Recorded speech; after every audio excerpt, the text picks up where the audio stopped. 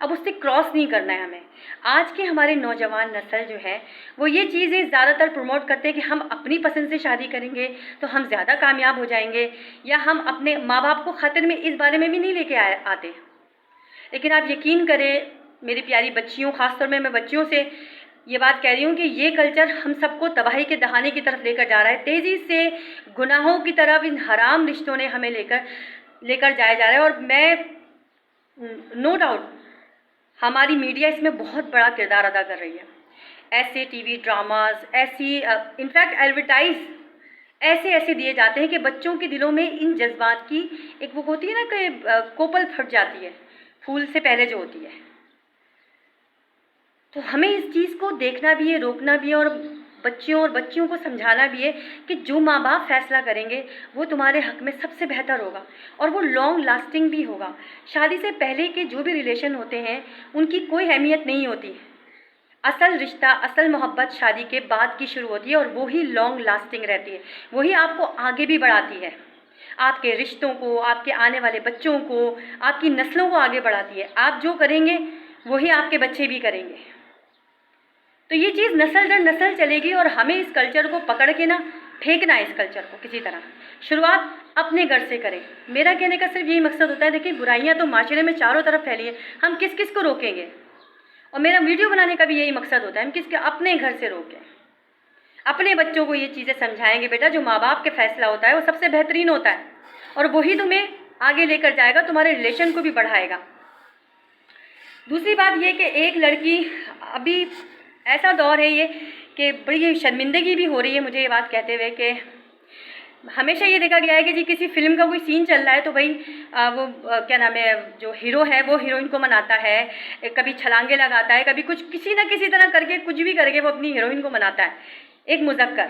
لیکن آج کے دور میں آپ یقین کریں اب یہ چیزیں لڑکیوں کے لیے بھی ہونے لگی ہیں۔ لڑکی، عورت ایک حیا ہے، وہ سرے عام اپنی پسندیدگی کا اظہار نہیں کر سکتی ہے، اسے کسی بھی طرح یہ اجازت نہیں دی جا سکتی کہ وہ سرے عام اپنے بوائے فرینڈ کو اپنی شادی کے لیے پروپوز کریں۔ میں نے کئی ویڈیو ایسی دیکھی ہیں جو اس وقت یونیورسٹی کے اندر موجود ہیں، کئی ویڈیو میں نے ایسی دیکھی ہیں جس میں لڑکیاں خود پروموٹ کر رہی ہیں۔ یعنی پہلا دور تھا کہ کم از کم مذکر، خیر میں وہ چیز بھی غلط تھی، اس کو ہم پروموٹ نہیں کر سکتے، وہ چیز بھی غلط تھی، لیکن اب جو ہے وہ گراوٹ اتنی زیادہ ہو گئی ہے معاشرے کی کہ ہمیں احساس ہی نہیں ہو رہا اس چیز کا کہ ہماری جو بچیاں ہیں وہ ایسے قدم آگے بڑھا رہی ہیں۔ کیا کرنے جا رہی ہیں یہ کالجوں میں اور یونیورسٹیوں میں؟ کیا اس لیے ہم بھیج رہے ہیں انہیں؟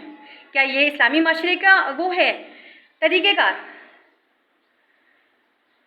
دین میں نوجوانوں کو اللہ تعالیٰ نے اتنا پسند کیا ہے، ان کی نوجوانی کی نیکیاں، نوجوانی کی عبادات اتنی زیادہ پسند ہے اللہ تعالیٰ کو، اتنی زیادہ پسند ہے، اور ہمارے بچے، یہ دور کے بچے، اس دور کے بچے ان تمام چیزوں کو برباد کر رہے ہیں، اپنی جوانیوں کو، اس گندگی، یہ گٹر ہے ابلا ہوا، یہ کلچر جو اس وقت چل رہا ہے یہ گندگی سے بھی بڑھ کر ہے، آپ کو سوائے گناہوں کے کچھ نہیں دے گا، یہ دنیا میں بھی آپ کے لیے تباہی اور آخرت میں تو ہے ہی ہے۔